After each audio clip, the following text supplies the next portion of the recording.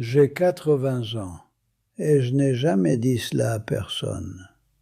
Pendant 40 ans, j'ai exercé comme exorciste laïque, mandaté par mon archevêché, reconnu par mon Église, respecté et parfois craint par des centaines de familles qui venaient me chercher dans leurs moments les plus sombres.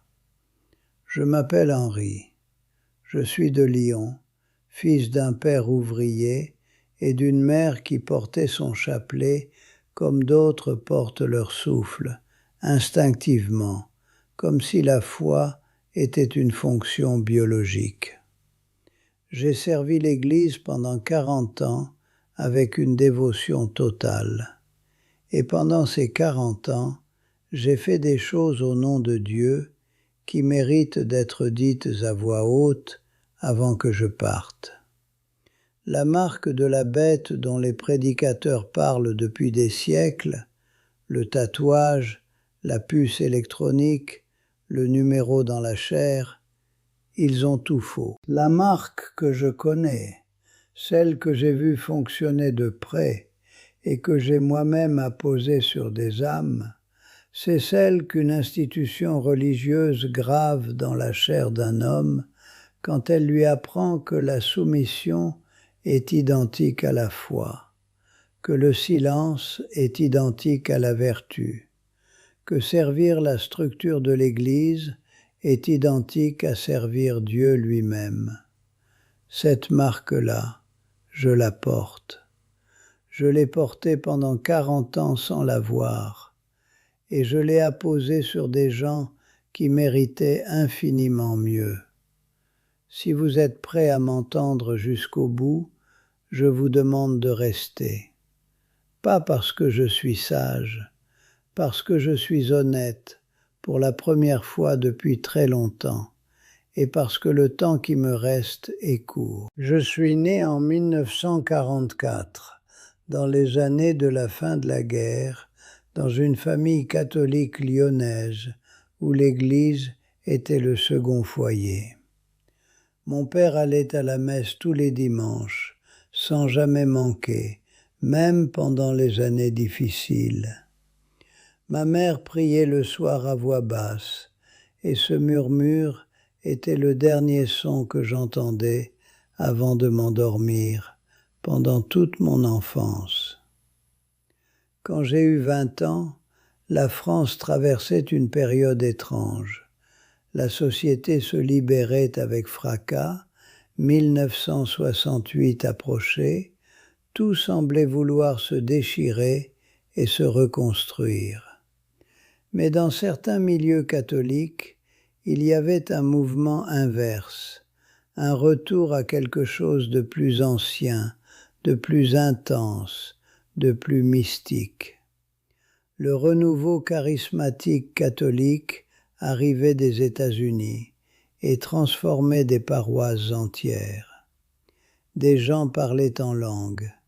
Des guérisons étaient annoncées dans des réunions de prière qui ressemblaient à rien de ce que j'avais connu dans l'église ordinaire de mon enfance. J'avais 30 ans quand j'ai rencontré, lors d'une retraite spirituelle dans un monastère du Vercors, l'abbé Marchand, qui était à cette époque l'exorciste le plus actif de la région lyonnaise. C'était un homme d'une 60aine d'années, petit, avec des yeux qui semblaient regarder derrière ce que vous montriez. Il m'a dit, après 2 jours de retraite, qu'il percevait en moi quelque chose de particulier, un don de discernement, la capacité de percevoir ce qui restait caché aux autres. Il m'a proposé de travailler à ses côtés. J'avais 30 ans, et cette proposition était la chose la plus significative qu'on m'ait jamais offerte. J'ai dit oui sans hésiter. J'ai travaillé avec l'abbé Marchand pendant 6 ans, avant de recevoir ma propre délégation de l'archevêché. Ces 6 années ont été une formation intense. J'ai appris la théologie du discernement des esprits, les rituels du rituel romain, les signes que l'Église enseignait à reconnaître comme manifestation du mal. J'ai accompagné l'abbé Marchand dans des familles de toute la région, des appartements de banlieue où une femme refusait de quitter son lit depuis des semaines, des maisons bourgeoises du 6e arrondissement où l'on ne voulait pas que les voisins sachent pourquoi nous venions. Dans ces années-là, je croyais. Je croyais complètement, avec toute la sincérité dont un homme est capable. Quand j'ai reçu ma délégation officielle de l'archevêché et que je me suis retrouvé à exercer seul, mandaté par l'institution, autorisé à agir en son nom, j'ai ressenti quelque chose que je n'avais jamais ressenti auparavant, le poids d'une autorité réelle sur des âmes réelles. C'était effrayant. C'était aussi enivrant d'une façon que je n'avais pas anticipée. Les cas m'arrivaient par le biais de prêtres de paroisse, d'aumôniers d'hôpitaux, parfois directement des familles. Des gens en détresse profonde, des personnes souffrant de ce que les médecins appelaient dépression sévère, des adolescents qui se mutilaient, des adultes entendant des voix. L'Église m'envoyait, moi j'arrivais, je priais, j'imposais les mains, je prononçais les formules rituelles. Certains semblaient aller mieux. Beaucoup ne changeaient pas. Et quand rien ne changeait, l'explication était toujours la même. Foi insuffisante, résistance intérieure, péché non confessé. La faute n'était jamais dans notre approche, elle était toujours dans la personne. Cette logique m'a protégé pendant des années de voir ce qui était évident, que beaucoup de ces personnes avaient besoin de soins psychiatriques, de thérapie, de médicaments, et que je les en éloignais au nom de la foi. Le réseau dans lequel j'opérais avait un autre aspect que j'ai mis des années à comprendre entièrement. Les familles aisées, et il y en avait beaucoup, étaient dirigées vers des retraites privées de délivrance organisées par l'archevêché. Des retraites qui duraient plusieurs jours et qui coûtaient des sommes considérables. Je participais à ces retraites comme ministre principal. Je voyais les chèques signés. Je voyais où allait l'argent. Je voyais que les fonds récoltés ne revenaient pas entièrement aux œuvres paroissiales annoncées. Je voyais que certains prêtres responsables de ces retraites vivaient dans des conditions qui n'avaient rien de la sobriété évangélique. Je me suis posé des questions. Je les ai posées, une fois, à un supérieur. On m'a répondu que la Providence utilisait les moyens matériels pour ses fins spirituelles et que mon rôle était la prière, pas la comptabilité. J'ai accepté cette réponse. Je l'ai acceptée parce que remettre en question l'institution aurait tout mis en danger.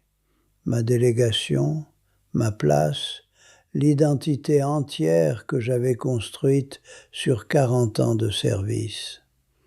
Ma femme s'appelait Marguerite. Elle était infirmière psychiatrique, une femme intelligente et directe qui aimait Dieu à sa façon, discrète et sans ornement. Nous nous étions mariés en 1968. Pendant les premières années, elle avait soutenu mon ministère avec une patience que je n'ai jamais méritée. Mais au fil du temps, elle avait commencé à voir des choses que moi je refusais de regarder. Elle me parlait de patients qu'elle croisait à l'hôpital, des gens qui avaient été traités par des ministères de délivrance avant d'arriver aux urgences psychiatriques, des gens dont l'état s'était aggravé parce qu'on leur avait dit que leurs hallucinations étaient des démons et non une maladie. Elle me disait « Henri, tu participes à quelque chose qui fait du mal à des personnes vulnérables. » Je l'écoutais. Et puis je lui disais que sa formation médicale lui donnait une vision incomplète de la réalité spirituelle, que l'Église avait une sagesse que la psychiatrie ne pouvait pas atteindre. Je la faisais taire, avec la même autorité spirituelle que j'utilisais pour tout le reste, jusqu'au jour où elle a arrêté de parler, pas parce qu'elle avait accepté ma réponse, parce qu'elle avait renoncé à me convaincre. Cette distance entre nous a grandi pendant des années, silencieuse, irrémédiable, jusqu'à ce qu'elle parte, d'abord de notre chambre, puis de l'appartement, puis de ma vie. Elle est retournée exercer son métier. Elle est décédée d'un cancer il y a 8 ans, dans un hôpital de Grenoble, entourée de ses collègues. Je n'ai pas eu le temps d'être là. Ou peut-être que je n'avais pas osé être là.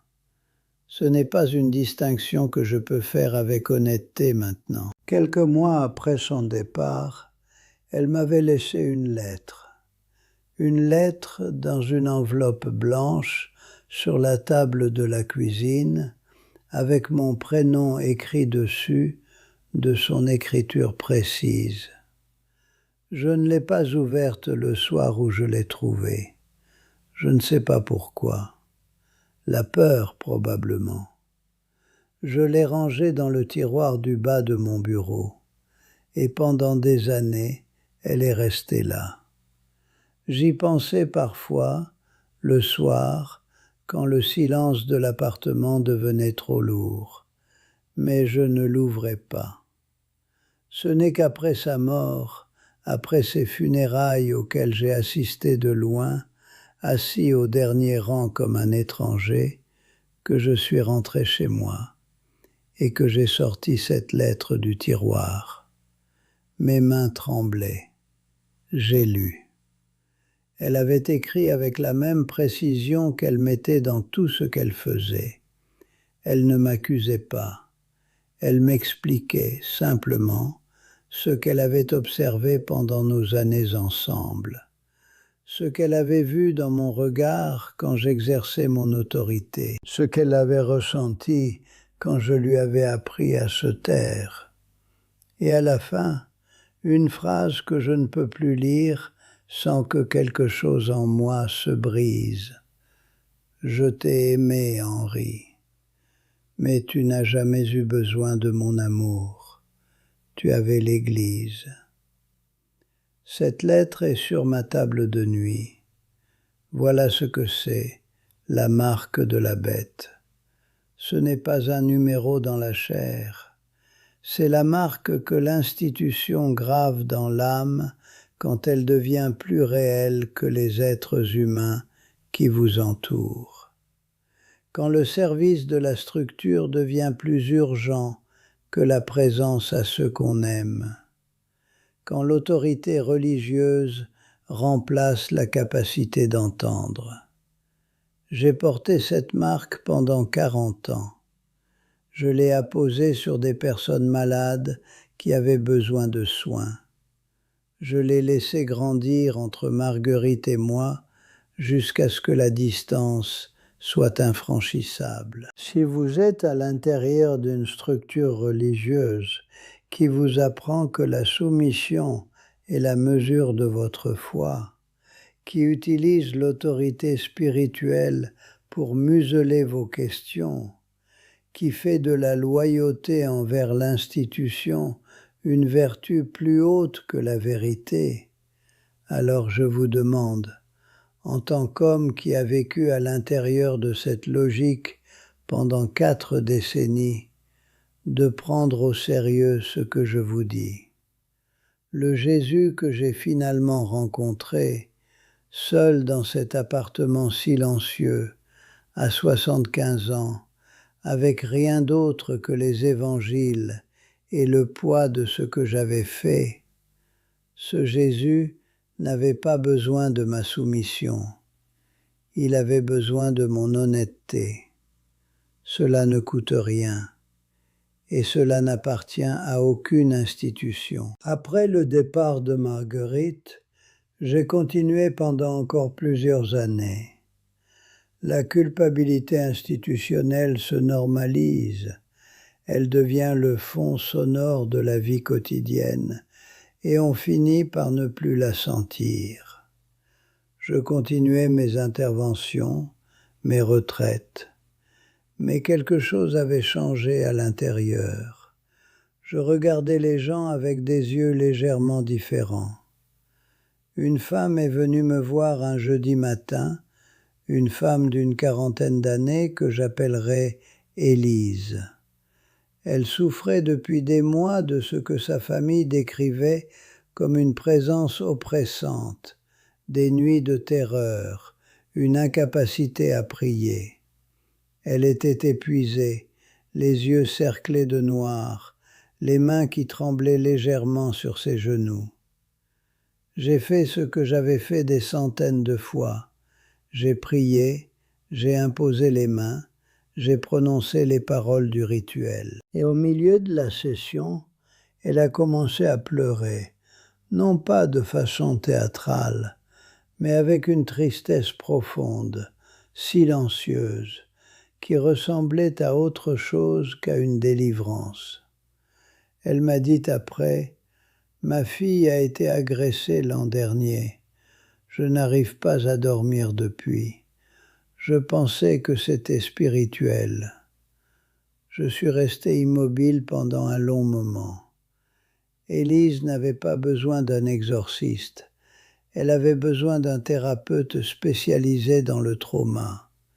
Elle avait besoin que quelqu'un lui dise que ce qu'elle vivait avait un nom médical, une cause réelle, un traitement disponible. J'aurais dû lui dire cela. J'aurais dû dire « Allez voir un médecin, ce que vous portez n'est pas démoniaque, c'est humain et traitable. » Mais j'avais été formé à ne pas dire cela. J'avais été formé à voir dans chaque souffrance le signe d'une réalité spirituelle, et à me placer moi-même, et l'Église derrière moi, comme la réponse nécessaire. Je lui ai donné des prières à réciter. Je lui ai demandé de revenir la semaine suivante. Elle est revenue 3 fois, puis elle a arrêté. Je ne sais pas ce qu'elle est devenue. Cette ignorance est l'une des choses avec lesquelles je dois vivre maintenant. Il y a eu un moment précis où je n'ai plus pu me mentir. C'était en 2010. Un prêtre m'a montré un rapport interne sur les finances des retraites de délivrance. Les chiffres ne correspondaient pas. J'ai posé des questions. On m'a dit que mon rôle était spirituel, pas administratif. J'ai compris dans ce bureau que je n'avais jamais été un ministre au service des âmes. J'avais été une ressource au service d'une structure, utile tant qu'elle fonctionnait, remplaçable dès qu'elle posait des questions. J'ai pris ma retraite du ministère en 2011. L'archevêché m'a envoyé une lettre formelle de remerciement. 40 ans de service et 2 paragraphes. Je vis seul dans cet appartement depuis 13 ans. J'ai vendu la plupart de mes livres de théologie. J'ai gardé les évangiles. Je les lis le matin, lentement, sans chercher à défendre ni à justifier. Ce que j'y trouve à 80 ans est radicalement différent de ce que j'y lisais à 30. Je vois un homme qui n'avait aucune délégation institutionnelle, qui guérissait et pardonnait et mangeait avec les exclus sans aucune accréditation.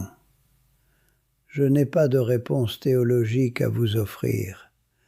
Je suis un vieil homme épuisé avec trop de regrets. Ce que j'ai, c'est ceci. La paix que j'ai trouvée en dehors de l'institution est plus réelle que tout ce que l'institution m'a jamais donné. Elle ne coûte rien. Elle est disponible pour quiconque est assez fatigué pour arrêter de performer et commencer à être honnête. Restez près de Jésus. Éloignez-vous des hommes qui prétendent le posséder.